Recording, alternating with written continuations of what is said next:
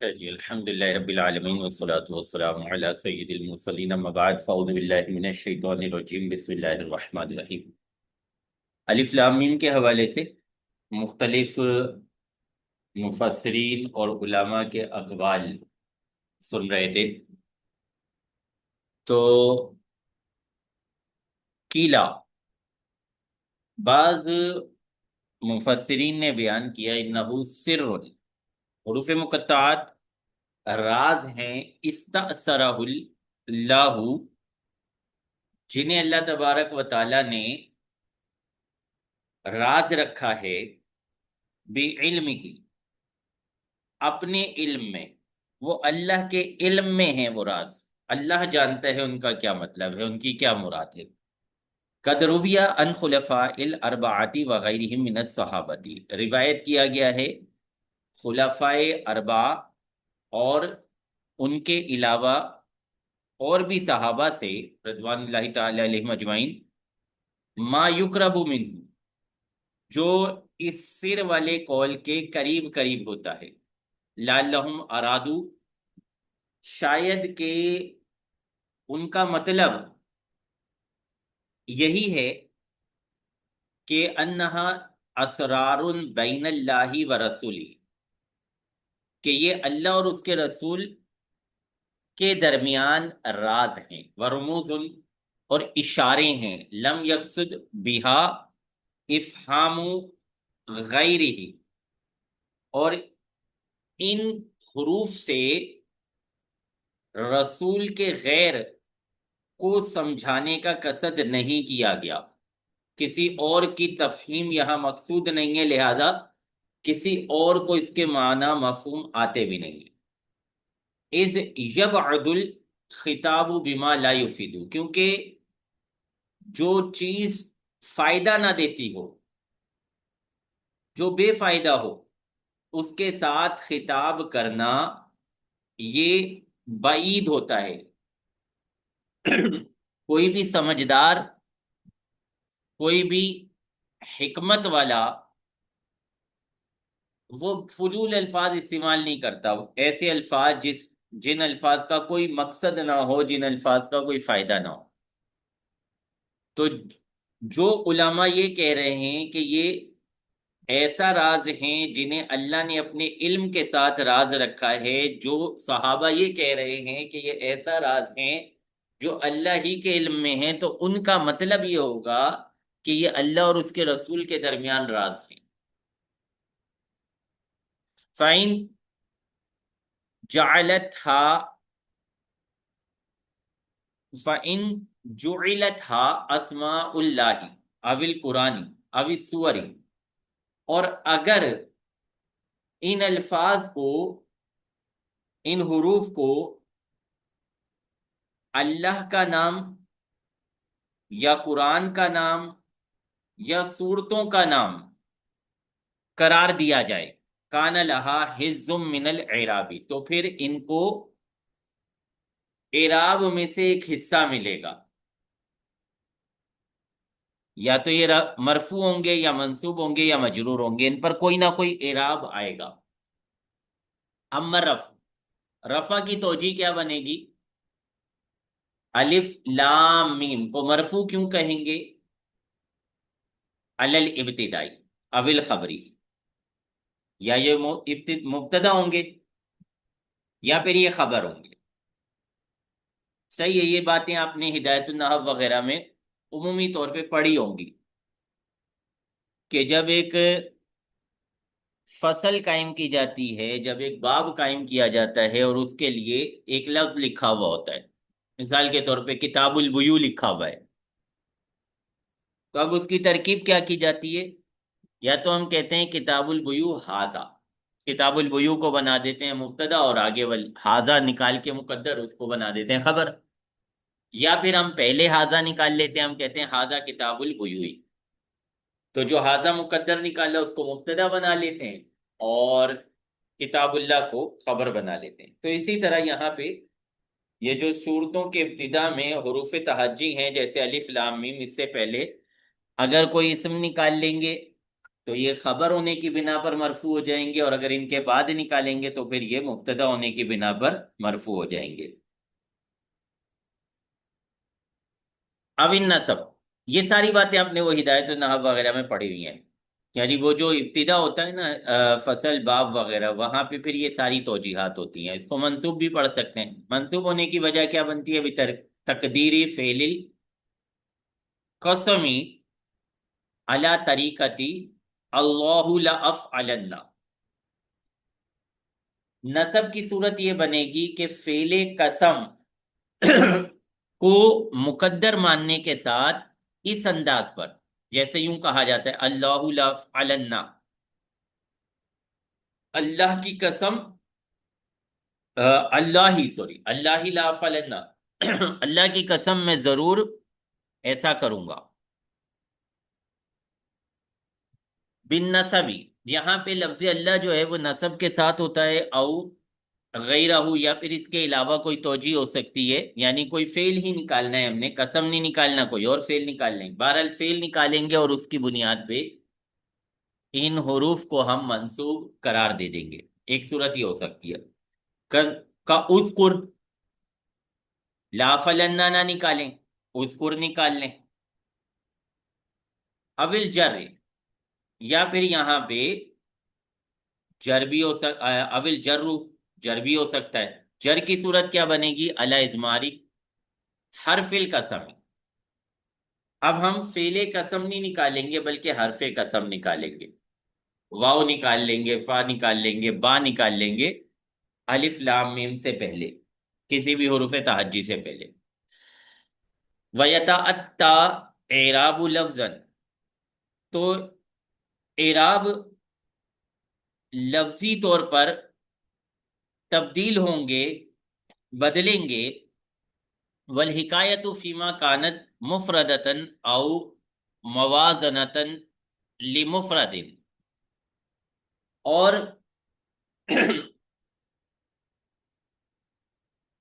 حکایت جو ہوگی وہ ان میں جو حروف مقطعات مفرد ہیں، او موازنتن لمفرد، یا پھر مفرد کے ہم وزن ہیں، ہم پلہ ہیں، کا حامیم، ہم وزن ہونے کی مثال جیسا کہ حامیم، فَإِنَّهُ كَحَابِیل، حامیم جو ہے یہ کس کے ہم وزن ہے؟ حابیل کے۔ والحکایت لیست الا فیما عدا ذالک، حکایتی اعراب ان کے علاوہ میں، کن کے علاوہ میں؟ جہاں حروف مقطعات مفرد ہیں یا مفرد کے ہم وزن ہیں، ہم پلہ ہیں، ان کے علاوہ میں حکایتی اعراب نہیں ہوگا۔ وَسَيَعُودُ إِلَيْكَ ذِكْرُهُ مُفَصَّلًا انشاءاللہ تعالی، اور ان قریب آپ کی طرف اگر اللہ نے چاہا تو اس کا تفصیلی تذکرہ آئے گا۔ اس بحث کو مزید تفصیل کے ساتھ آپ کے سامنے بیان کیا جائے گا اگر اللہ نے چاہا۔ آگے اور بھی حروف مقطعات کی بات آنی ہے۔ وَإِنْ أُبْقِيَتْهَا عَلَى مَعَانِيهَا، اگر ان حروف کو اپنے معنی پر برقرار رکھا جائے، یعنی حروف تہجی والے معنی پر برقرار رکھا جائے،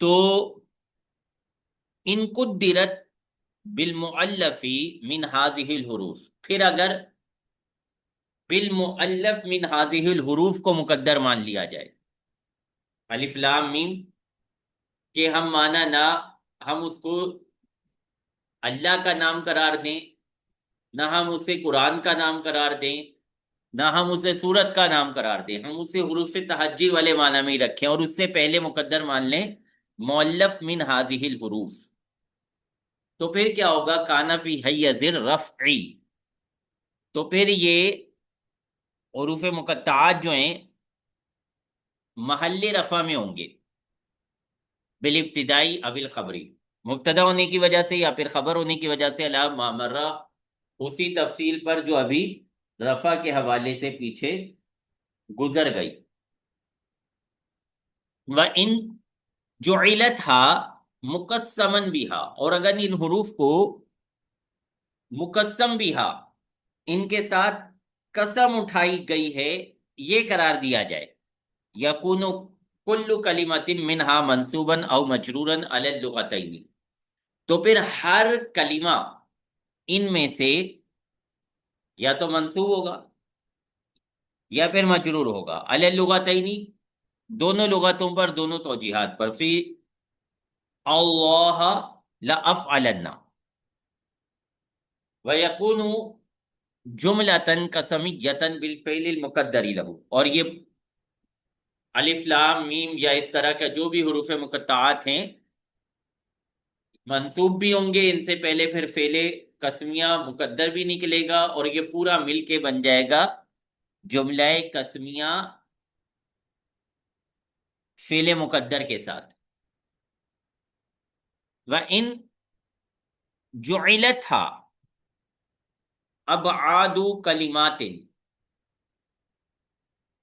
او اصواتا، وَإِن جَعَلْتَهَا ابعاد کلمات او اصواتا منزلتا حروف تنبیہ، اور اگر آپ ان حروف مقطعات کو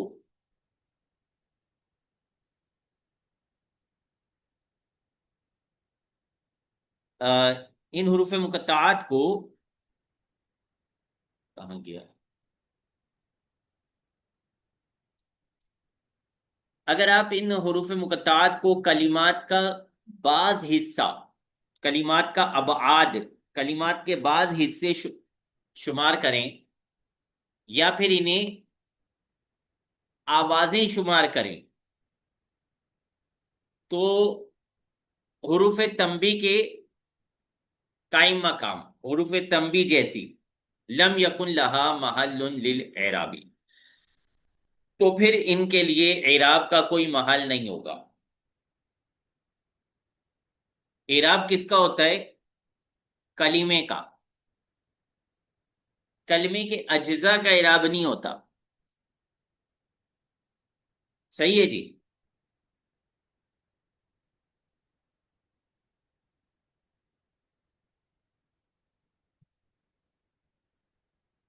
نہیں سمجھ آیا؟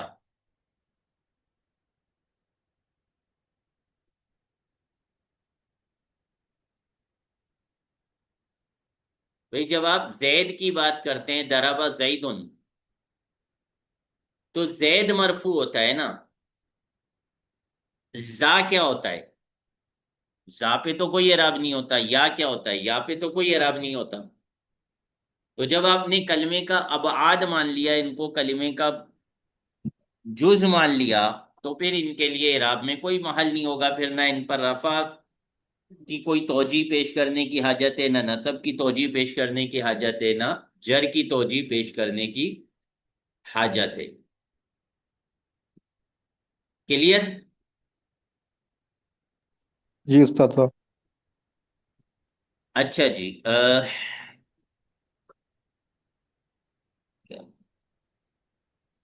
کل جمل المبتدائیتی والمفرداتی، جیسا کہ جملہ ابتدائیہ ہوتے ہیں، مفردات ہوتے، مفردات المعدودتی،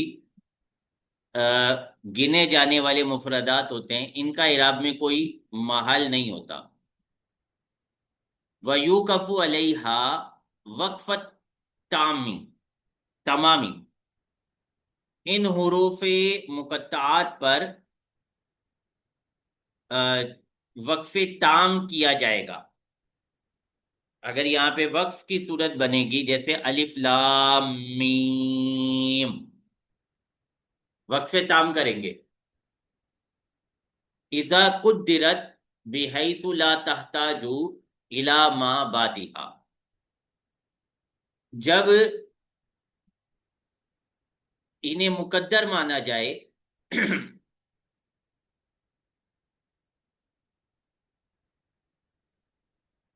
جب اس حیثیت سے مقدر مانا جائے کہ لا تحتاج الی ما بعدہا، کہ یہ اپنے ماں باپ کی طرف محتاج نہ رہیں، جب ان کو اس حیثیت سے مقدر مانا جائے، اس حیثیت سے لیا جائے کہ یہ اپنے ماں باپ کے محتاج نہ رہیں، تو پھر ان پر وقف تام ہوگا۔ قسم لیں گے تو آگے جواب قسم آئے گا، آگے والا حصہ جو ہے وہ ان کے ساتھ متعلق ہوگا۔ لیکن اگر آپ نے ان کو مبتدا خبر بنا لیا تو پھر آگے والے حصے کے ساتھ ان کی احتیاج نہیں ہے، ان کا کوئی تعلق بنانے کی حاجت نہیں ہے۔ وَلَيْسَ شَيْءٌ مِّنْهَا آیَةً عِنْدَ غَيْرِ الْکوفِیِّینَ، ان حروف مقطعات میں سے کوئی بھی مکمل آیت نہیں ہے کوفیوں کے علاوہ کے نزدیک۔ اب آپ نے ایک آیت پڑھنا آپ پر فرض تھی نماز کے اندر، آپ نے الحمدللہ پڑھی اور اس کے بعد پڑھ دیا الف لام میم، فرض ادا نہیں ہوگا کوفیوں کے علاوہ جو دوسرے علماء ہیں ان کے نزدیک، کیونکہ ان کے نزدیک یہ جو حروف مقطعات ہیں یہ اکیلے ایک آیت نہیں شمار ہوتے۔ فَأَمَّا عِنْدَهُمْ، کوفیوں کے نزدیک کیا ہے؟ کوفیوں کے نزدیک جو ہے فَأَلِف لام میم فی مواقعہا، الف لام میم جو ہے یہ ایک آیت کے قائم مقام ہے۔ وَأَلِف لام میم صاد وقاف ہا یا عین صاد وطا ہا وطا سین میم وطا سین ویا سین وحا میم آیتن، یہ سارے بھی ایک ایک آیت ہیں۔ وحا میم عین سین قاف آیتانی، یہ دو آیتیں ہیں۔ والبواقی لیست بھی آیاتین، اور ان کے علاوہ جو بچ گئے قاف تو اس طرح کے جو ہیں، تو وہ جو بچ گئے وہ ان کے نزدیک آیت نہیں ہے۔ وَهَذَا تَوْقِیفٌ لا مجال للقیاس، آیت ہونا یا نہ ہونا کسی کلمے کا، آیت ہونا یا نہ ہونا یہ ایک توقیفی مسئلہ ہے، اس میں قیاس کا کوئی دخل نہیں ہے، یہاں قیاس نہیں کیا جا سکتا۔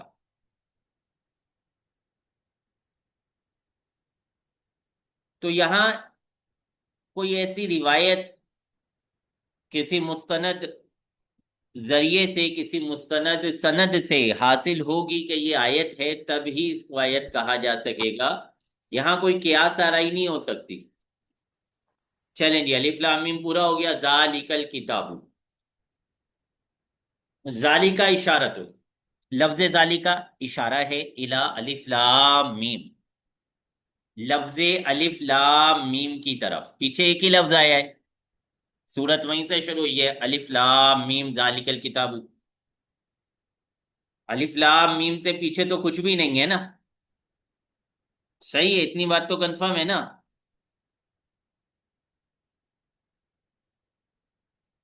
جی استاد صاحب۔ تو الف لام میم سے پیچھے تو کچھ بھی نہیں ہے، تو لہذا ذالکا کا مشار الیہ کیا ہوگا؟ الف لام میم، لفظی الف لام میم۔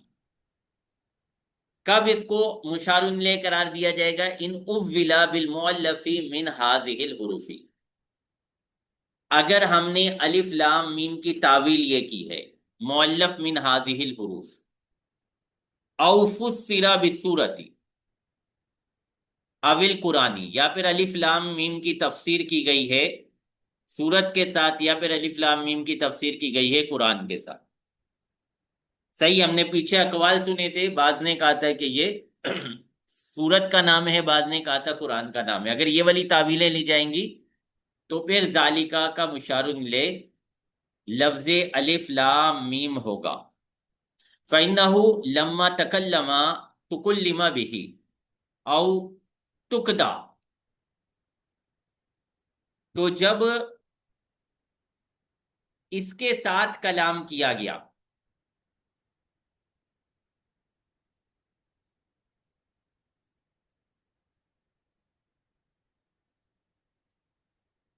وَتُقْدَى، اور یہ حروف گزر گئے. او وصل من المرسلی الی المرسلی الیہ، یا پھر یہ حروف مرسل سے مرسل الیہ تک پہنچ گئے، بھیجنے والے سے جس کی طرف بھیجے گئے وہاں تک پہنچ گئے. سارا متباعدا، تو یہ حروف ہو گئے بعید. صحیح ہے جی. ایک چیز گزر گئی، میں نے جملہ بول دیا. ابھی جو جملہ میں آپ کے سامنے بول رہا ہوں، جو اس وقت آپ سماعت کر رہے ہیں، اس سے پچھلا جملہ جو تھا وہ آپ کی سماعتوں پر سے گزر گیا. گزر گیا تو وہ ہو گیا بعید. وَأُشِیرَ إِلَیہ، تو لہذا وہ جو گزر گیا ہے، وہ جو پہنچ گیا ہے، جس کا تکلم ہو چکا ہے، اس کی طرف اشارہ کیا گیا بما، اس لفظ کے ذریعے، یشارو بھی الی البعید، جس کے ساتھ دور کی چیز کی طرف اشارہ کیا جاتا ہے. ذالکا دور کے لیے ہوتا ہے نا.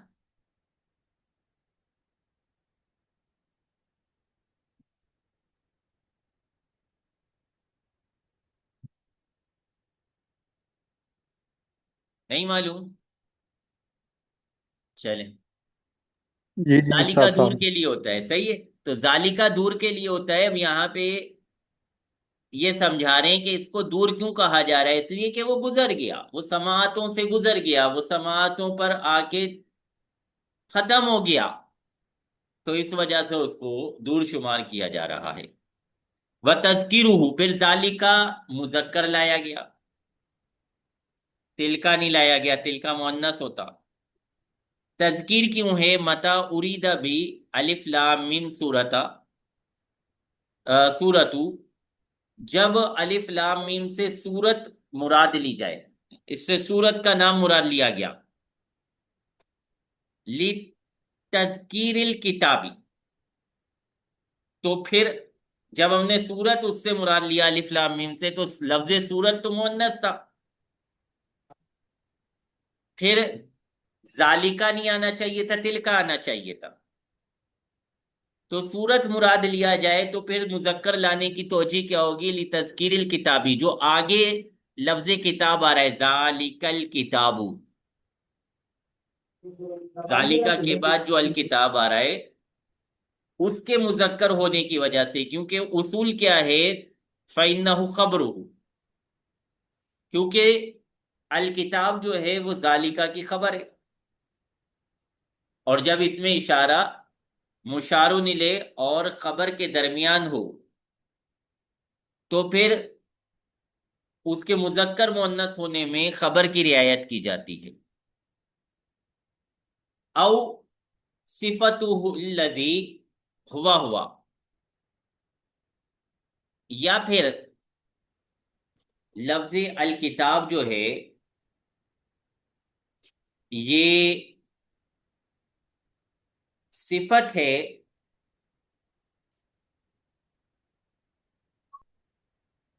اس کی جس کے لیے یہ اشارہ ہے. الکتاب جو ہے صفت ہے اس کی جس کے لیے یہ اشارہ ہے. او الی الکتابی، یا پھر جو ہے ذالکا کا مشار الیہ جو ہے وہ کتاب ہے، فیکون صفته، تو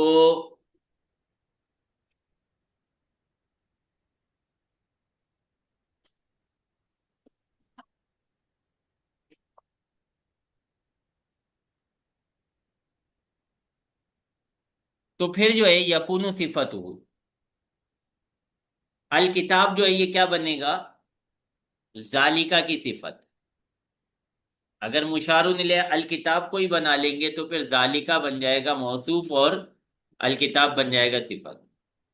والمراد به الکتاب الموعود انزالہ، اور یہاں پر کتاب سے مراد ہو جائے گا وہ کتاب جس کے نازل کرنے کا وعدہ کیا گیا تھا. کب کیا گیا تھا وعدہ، کہاں کیا گیا تھا؟ بقولہ تعالی، اللہ تبارک و تعالیٰ کے اس فرمان میں، انا سنلقی علیک قولا ثقیلا. تو اس کلام مبارک میں جس کتاب کا وعدہ تھا، جس کتاب کے نزول کا وعدہ تھا، الکتاب سے وہ کتاب مراد ہوگی.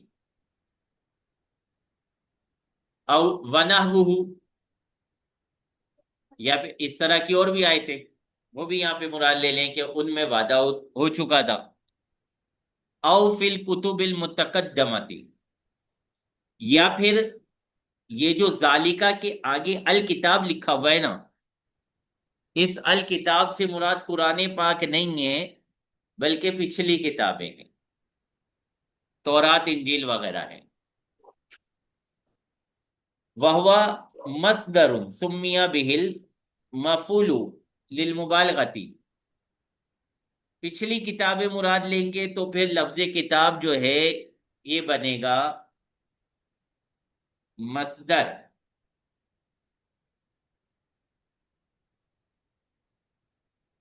سوری، اچھا یہ وعدے کا تعلق ہے، فی کتاب، فی الکتب المتقدمتی، سوری، او فی الکتب المتقدمتی.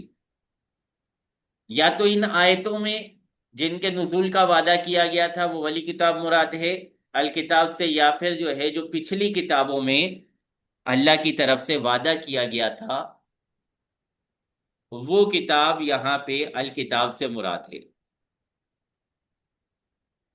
وَهُوَ مصدر سمی بہ المفعول، اور یہ لفظ کتاب جو ہے یہ مصدر ہے، اس سے مفعول مراد لیا گیا ہے، یعنی مکتوب للمبالغتی.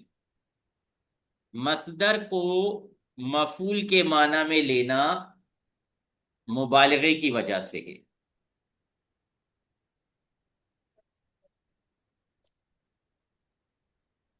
او فعال، یا پھر کتاب جو ہے وہ فعال کے وزن پر ہے، مصدر نہیں ہے. بنیا للمفعولی، اس وزن فعال کو مفعول کے لیے مقرر کیا گیا ہے، کل لباسی، جیسا کہ لفظ لباس ہے، ملبوس کے معنی میں ہوتا ہے فعال کے وزن پر. ثم اطلق علی المنظومی، پھر اس لفظ کتاب کو بولا گیا، اس کتاب، لفظ کتاب کا اطلاق کیا گیا، اس لفظ کتاب کو بولا گیا، استعمال کیا گیا علی المنظومی، منظوم پر، نظم کی ہوئی عبارت پر، نظم کیے ہوئے الفاظ پر.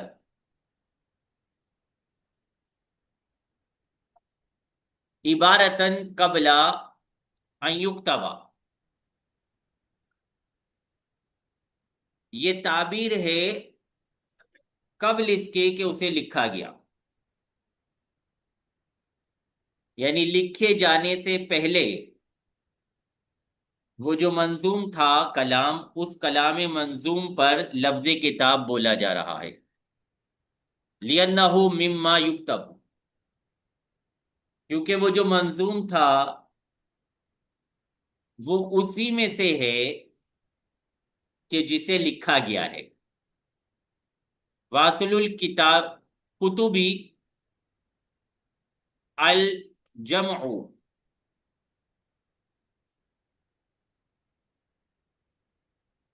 کتب کی اصل ہوتی ہے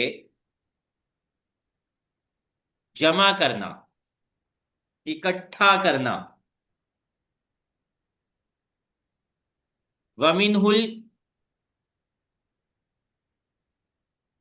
الْكُتِبَةُ، اور لفظ کتب سے ہی کتیبہ بھی ایک لفظ ہے جس کا مطلب ہوتا ہے لشکر.